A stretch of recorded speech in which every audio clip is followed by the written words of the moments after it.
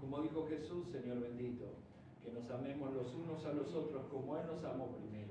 Entonces necesitamos, Señor amado, de todo ese conocimiento y de toda esa sabiduría, Señor amado, poder volcarlas en nuestras vidas, Señor, para poder ser, Señor amado y bendito Dios, como verdaderamente quiere que nosotros seamos, Señor.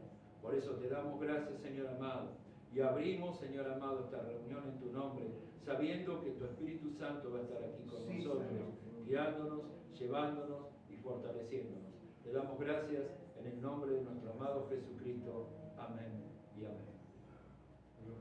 Bueno, como verás, me compré zapatillas nuevas. Sí, estaba mirando eso. Me fui a comprar color negro, marrón no había, tuve que comprarme blanco, pero no había otro color. Y esa era más o menos los precios más o menos razonables. Sí. Hoy a la mañana vino Oscarcito a visitarme y me pertubió con las zapatillas. Me dice, esas son las zapatillas de los barrenderos. Dice, no le da la luz y se prende la flechita, me dice. Claro, el fosforescente. Así que bueno, así que ahí estaba, ¿viste? Pero bueno, las otras no daban más. Me las compré. A los 3 meses, 4 meses ya se me había despegado todas. Me gasté, no sé, un école me gasté 2. No sé, para pegarla no sirvió de nada. La verdad. No, el école no sirve para momentos, yo creo. Sirve para pequeñas, pero Claro. poder era, sabía salir. Claro. Encima cuando fui allá me dice el hombre. Ese es lo tenés que pegar con el forte. No, igual se pegaba. Igual me decía, no, esto dice, te vas a un zapatero que te lo cosa, ¿cuánto me sale? Y te cobra 5.000, 6.000 pesos. ¿Me entendés? Aparte estas zapatillas, me dice, mira cómo las gastaste, ¿cuánto tiempo las di? Pero vos, escúchame. Va a venir, del fondo del fe, claro. Yo camino todo el día. Paso que vas. Pero bueno. Sí. Bueno. ¿Pero te quedan bien? Sí, vamos a ver cuánto dura. ¿Cuánto duran blancas? Bueno, eso olvídate. Pero bueno, seguimos. Bueno. Vamos a ver.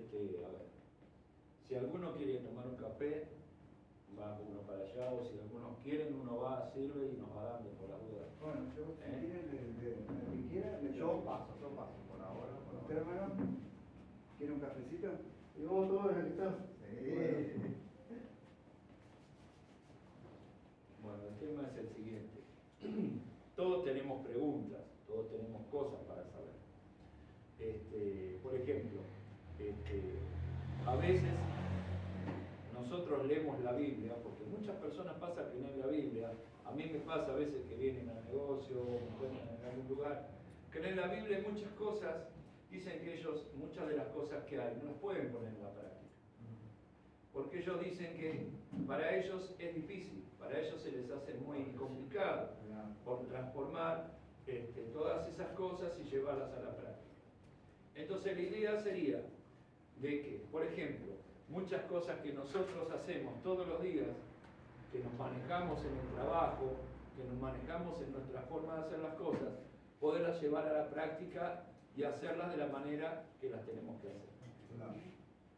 Entonces, lo que necesitamos es, por ejemplo, vamos a darnos cuenta que hay cosas que son básicas. Por ejemplo, ¿cuál es una de las cosas muy comunes que yo veo muchos cristianos, que muchos cristianos lo hacen? Y que muchos cristianos me dicen a mí, pero yo no lo puedo hacer, pero a mí me cuesta, se me hace difícil. Entonces, el tema es el siguiente. Por ejemplo, yo hablo con muchas personas que trabajan en mi oficio.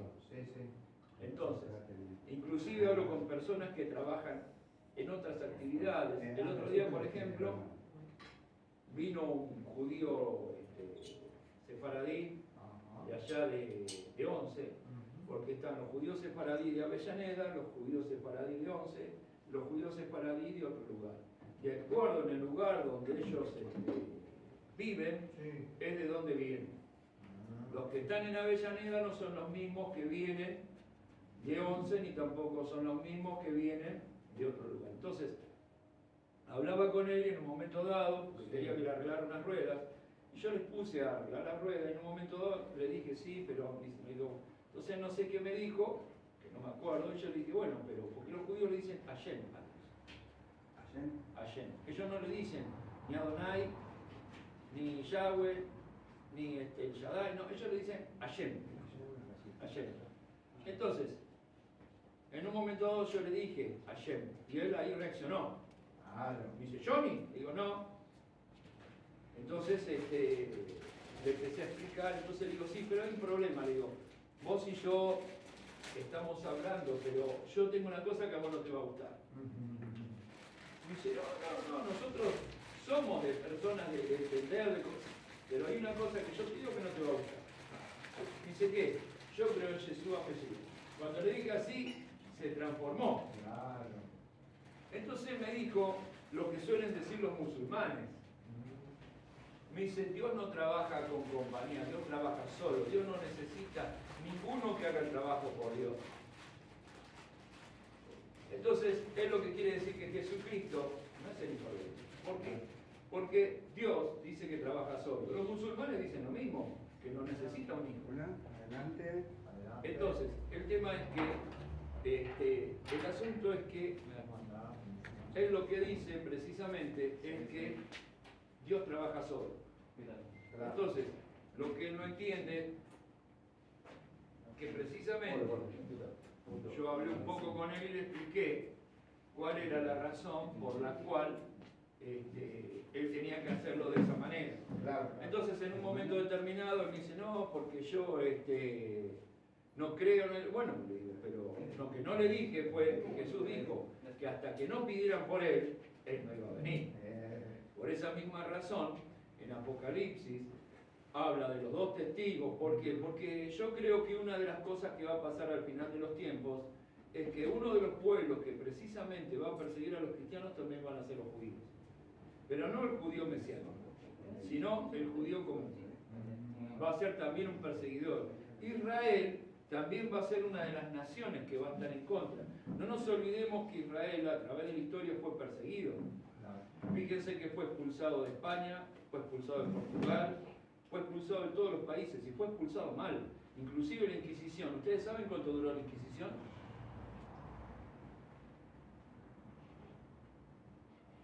Duró más de 600 años. Y los judíos sufrieron durante ese tiempo.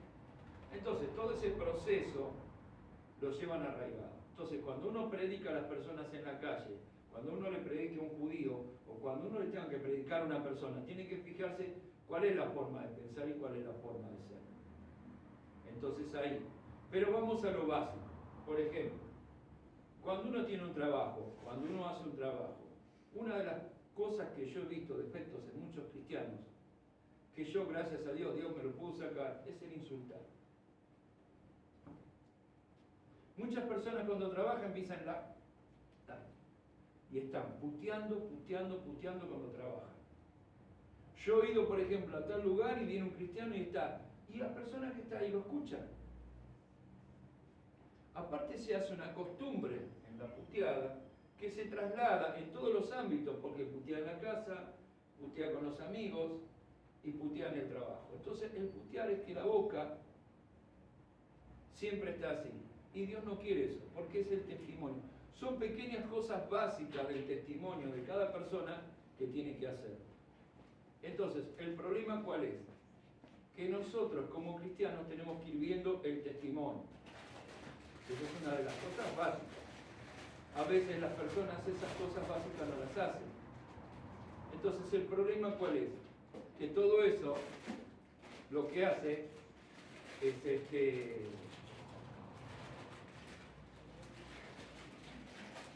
Abrilo. Perdón. Ahí está, lo dice. Entonces, ¿el tema cuál es?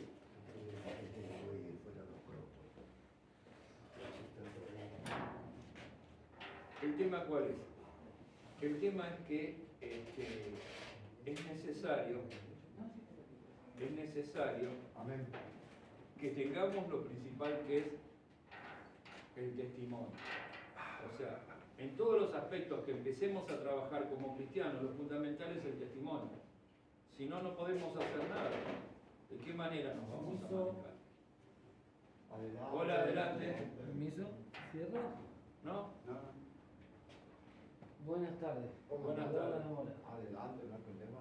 Estaba siguiendo el largo yo. No me di cuenta. Puse un cartelito, estamos adentro. No hay necesidad.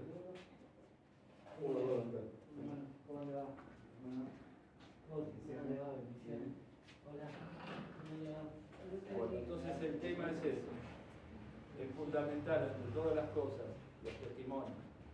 Entonces, el testimonio de cada uno de nosotros es importante, porque una de las razones por las cuales, fíjense que una de las razones por las cuales mucha gente se está alejando de la iglesia es precisamente por los malos testimonios y las malas formas que nosotros tenemos. Entonces, como cristianos, todo eso lo tenemos que ir cambiando. Por ejemplo, si nos comprometemos, por ejemplo, a hacer un trabajo con alguna persona determinada, o nos comprometemos en el trabajo a hacer las cosas, y nos dicen que tenemos que estar en cierto horario, tenemos que cumplir el horario. O sea, nuestra palabra, como dice la Biblia, que nuestro sí sea sí, que nuestro no sea no. Amén. No querramos tampoco, por querer ser buenos, hacer cosas que no son buenas. Porque a veces, sin darnos cuenta, nos equivocamos. Queremos ayudar haciendo las cosas de una manera, tratando de ayudar a otra persona, y eso lo que hace es perjudicial, porque después no cumplimos. O sea, los cristianos tenemos que hacer las cosas como si que estuviéramos fuera del Evangelio.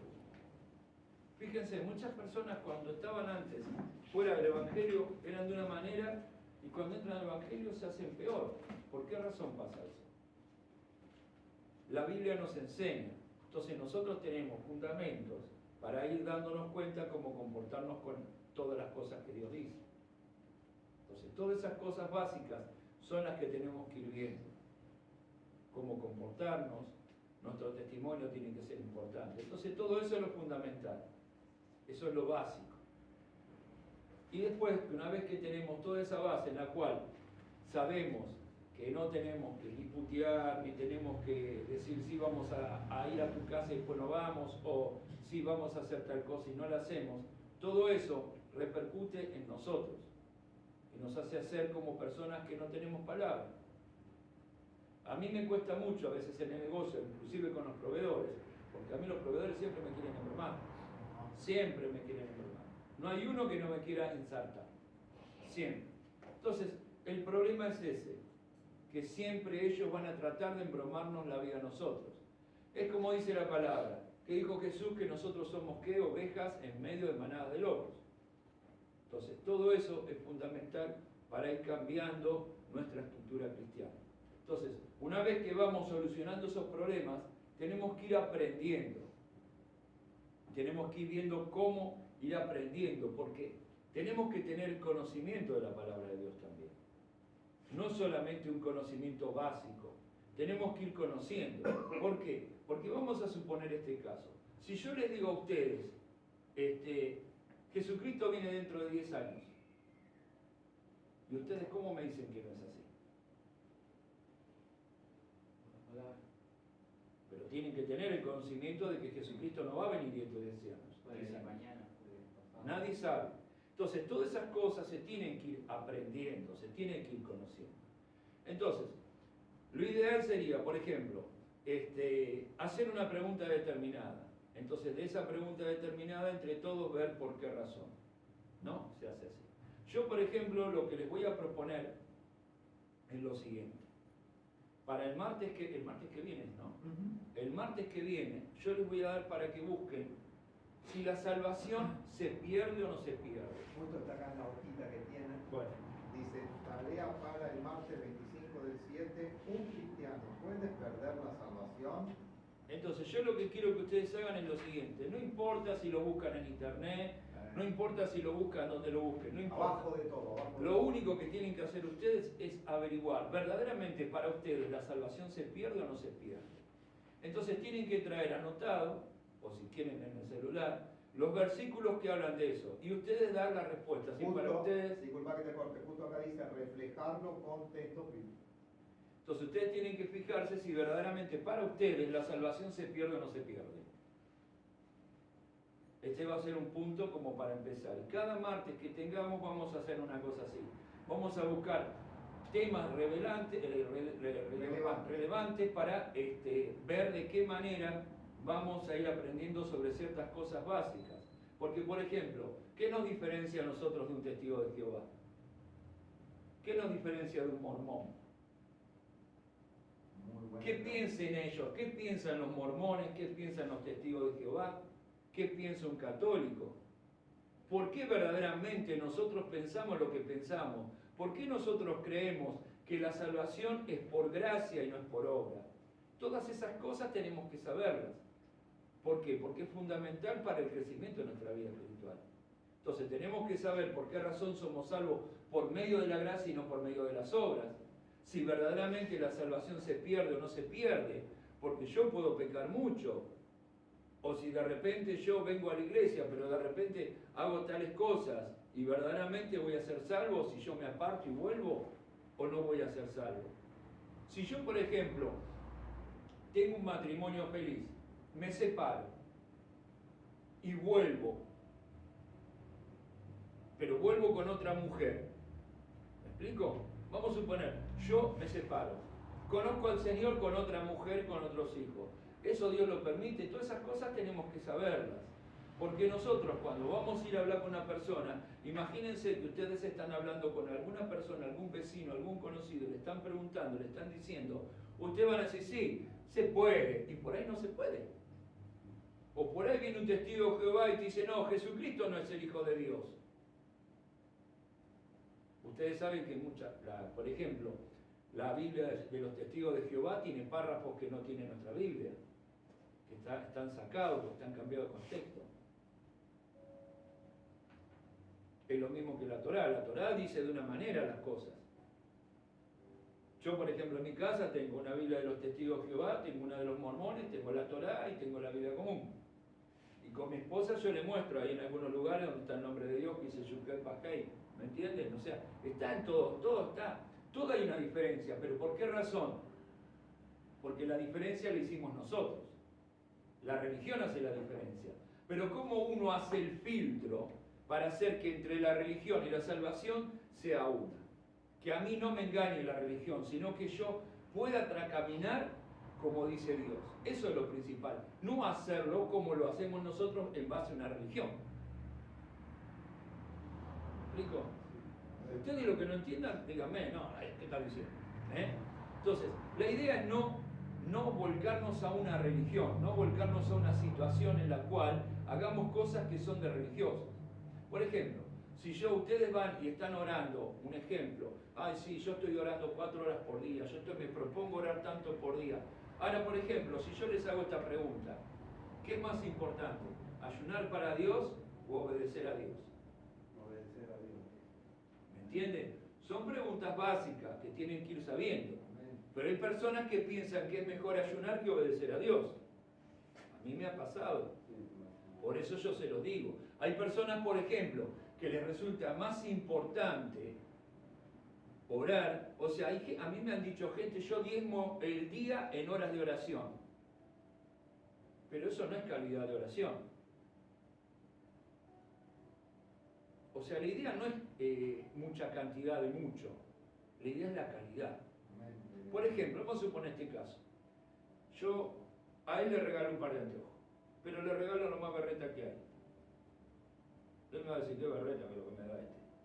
En cambio, venís vos y le das unos anteojos buenos. Él va a valorar por lo que vos le das los anteojos buenos, ¿no es así? Y Dios es lo mismo. Dios no valora la cantidad o lo que vos das porque te sobra. Porque vos podés venir y te podés poner de rodillas acá y decir, Señor, y te quedás dormido. No. Si vos ves que te vas a quedar dormido, no te arrodilles, caminá. Denle calidad a Dios. Porque esa misma calidad que ustedes le dan a Dios es la misma calidad que Dios le va a dar a ustedes. Vamos a suponer este caso. Yo soy el dueño de una empresa, ustedes trabajan para mí. Y yo les digo a ustedes, bueno, yo quiero que arreglen las cortinas, que arreglen esto, que arreglen la luz, que arreglen la música. Y ustedes lo hacen así nomás. Yo digo, ¿qué digo? Como dice la Biblia. Dios dice, al que le dio 5 talentos, al que le dio 3 talentos y al que le dio 1 talento. Esto es lo mismo. Dios busca la calidad de nosotros, no busca que le demos la mitad de las cosas. Lo mejor. Pero a veces las personas pensamos que lo mejor es cantidad. No es así. Yo estuve muchos años en una iglesia judío-mesiánica. Y aprendí mucho. Están los judíos mesiánicos y las raíces hebreas. Las raíces hebreas dicen que ellos son la verdadera raíz de Jesús, de Israel, del pueblo escogido de Dios. Y los judíos mesiánicos dicen que son los verdaderos herederos de los judíos. Pero ¿qué pasa? Hay un tema. Si yo, por ejemplo, soy un judío mesiánico, no soy judío, pero me hago judío mesiánico, en algunas iglesias me hacen hacer la circuncisión y hasta me cambian el nombre, me ponen otro nombre. Entonces, ¿tienen razón o no tienen razón? Ahora, las raíces hebreas directamente no quieren saber nada con los judíos mesiánicos, pues dicen que son falsos. Porque los que tienen que estar a cargo son los judíos. Hay un versículo que Pablo dice en el cual primero el judío y después el gentil. Ellos toman ese párrafo diciendo que todas las cosas que se hacen en las iglesias de raíces hebreas tienen que ser hechas por judíos. Los gentiles tienen que participar pero sin hacer nada. ¿A ustedes les parece que está bien? Entonces fíjense que muchas cosas se dicen, muchas cosas se quieren hacer y mucha gente es engañada. Y el tema es que si ustedes no se esfuerzan y ustedes no hacen que sus bases sean sólidas, se van a apartar del camino del Señor. Entonces, para que sus raíces sean fuertes y sean sólidas con el Señor, necesitan conocer, necesitan saber. Si no, se van. Porque hay una cosa, fíjense, ¿por qué razón piensan que hoy en día la gente no viene a la iglesia? Muchas porque no creen, otras porque por los falsos testimonios. Porque no hay temor. Yo creo que sí, para mí, o sea, bueno, cada uno, aparte de que la gente está muy metida en las cosas del consumismo del mundo, también creo que también, no sabemos, se dejan llevar por ahí por algunos testimonios de algunas iglesias, que yo, por ejemplo, en iglesias que se da el diezmo, ¿no? Entonces está incorporado en el mundo que, no sé, el diezmo o sea, es como una manera de robarle a la gente masiva y le lavan el cerebro. Entonces por ahí, por alguno que hizo algo malo, o sea, digamos, con el diezmo, o con las ofrendas, con lo que fuere, entonces la gente como que piensa, bueno, donde me piden el diezmo me están robando. Seguro. Entonces como que yo también pienso, o sea, que por ese lado, o sea, la gente está como... Y también por ahí, también por falta también de... A veces por ahí las iglesias no consiguen lo que decías al principio, la parte de los testimonios fuertes. Porque yo creo que si vos por ahí te encontrás a una persona que te está predicando y vos dices, che, ¿sabes qué? Yo realmente sentía a Dios y, no sé, yo era tal cosa, no sé, era chorro y mira, ahora Dios me cambió. O sea, como pasó con Pablo, por ejemplo, ¿no?